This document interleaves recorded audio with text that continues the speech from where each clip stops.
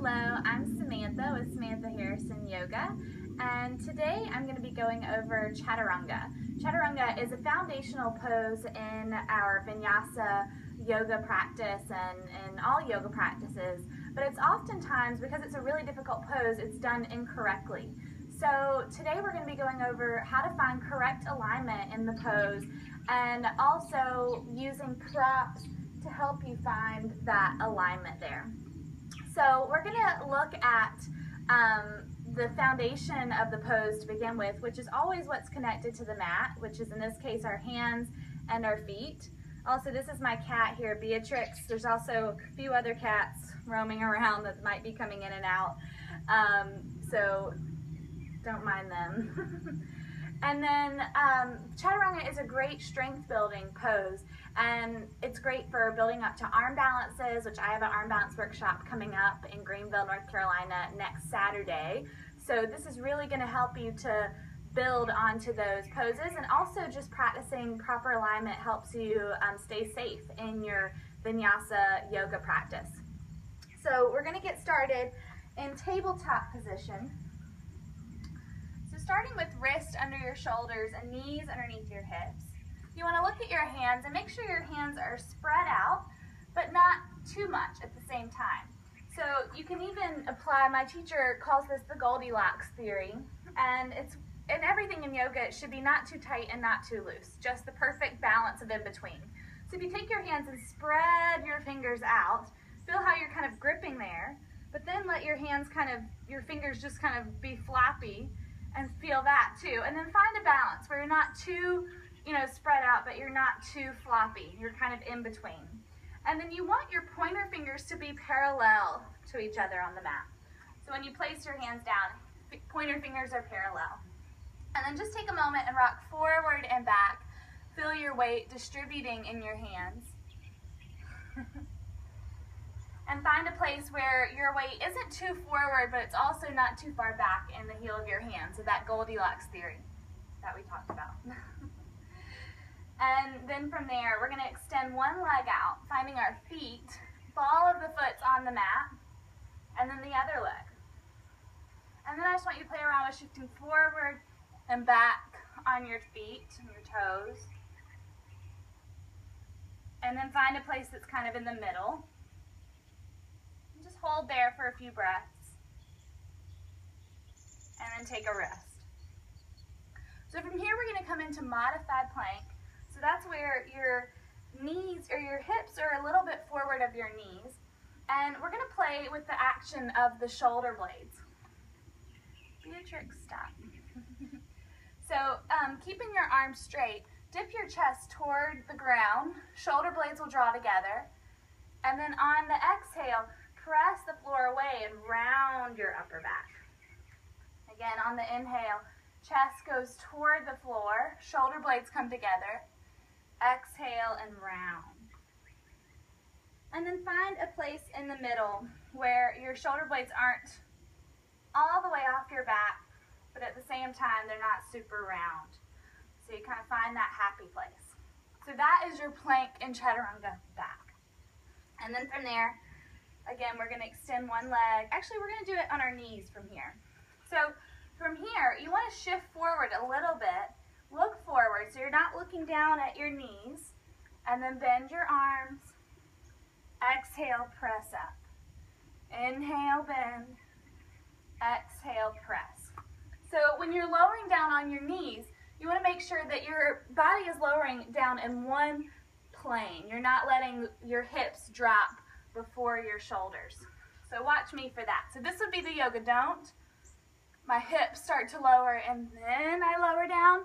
That's not really using any upper body. So instead, we want to try to keep the hips lifted and everything lower down in one line, all the way down to our belly. And this requires more strength. And that would be kind of the building block for your Chaturanga. And if you can't do a full Chaturanga, you just keep doing those modified Chaturangas for a long time to really build your upper body strength. So from here, we're going to use our blocks to find the alignment in the arms. So for most of us, the block to be on the tall height, the same height as the forearm, which means when we come down on the blocks, so the blocks are shoulder width, hands are lined up at the blocks, modified plank, we come down, we want the arms to be at a 90-degree angle. Oh, Beatrix. So when you come down, wrist right underneath your elbow, and then your shoulder is forward. So you're making this 90-degree angle here. You're not letting the shoulders dip down past the angle of the elbows. And that is where injuries can happen in the rotator cuff.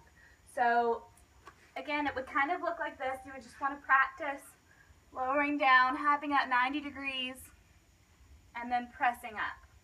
And this is from the modified position, but we can do it from full Chaturanga as well. So I'll show you that. And you have to shift forward a little bit on your toes, lower down 90 degrees, and then you can practice pressing up. So that would be the yoga do. You want to have that 90-degree alignment.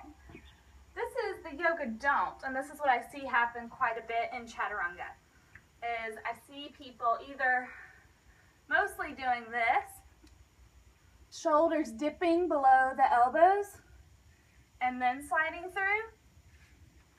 And you want to make sure that we have that 90-degree angle, because when your shoulders dip, it's going to cause a lot of strain in the rotator cuff. So you want to prevent that from happening by having that 90-degree alignment. Now, the next thing is with plank and with Chaturanga, there's our legs, our lower body. And a lot of times we're thinking about our upper body because it's really working, but we can use the strength of our legs to help us in Chaturanga, to fire them up.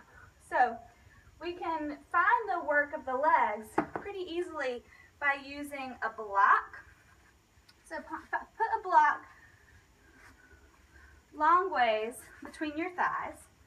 Then we'll also have these two blocks up on the top, at the top of the mat, shoulder width apart. And then we're coming into plank.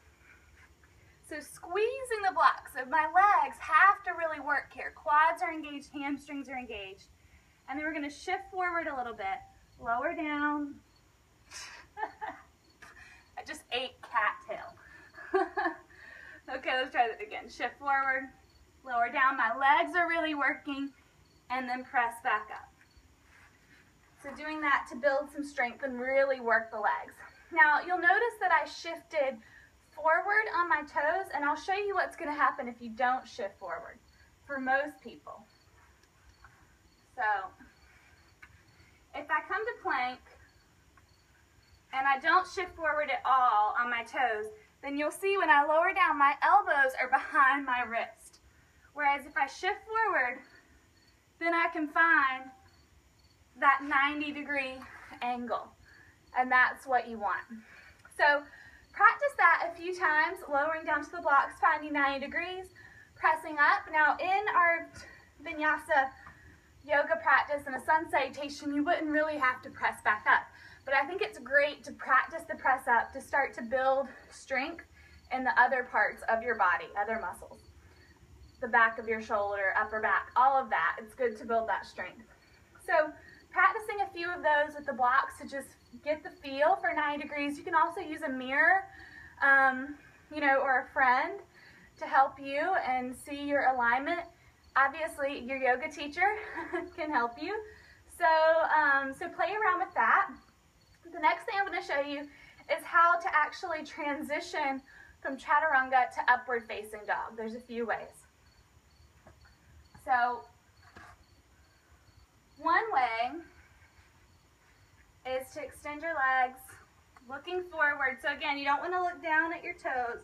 Look forward a little bit. Shift forward on your toes. And then lower down, hover here at 90 degrees. And then tops of your feet come to the mat and you slide through. I'm pressing in through all toes, even my pinky toes. And then exhale to downward facing dog. Whew. So there I hovered. I didn't even lower all the way down. I found a little hover at 90 degrees, and then I came into upward facing dog. Now that is,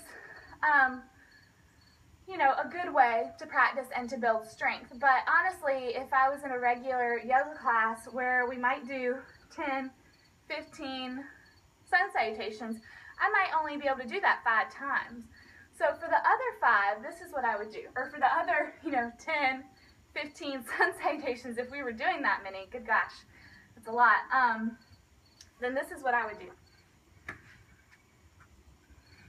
So shift forward on your toes, looking forward, and then lowering down with control all the way to your belly. Stretch your legs back, looking forward, sliding your chest forward, and then coming through. Also note that I'm not dropping my head back. And then up and back. So the legs, we're really working there, especially in up dog. I'll do another tutorial sometime on upward facing dog. That's a whole nother ball game with that pose. So right now we're just working on Chaturanga and building the strength, but I did want to show you that transition.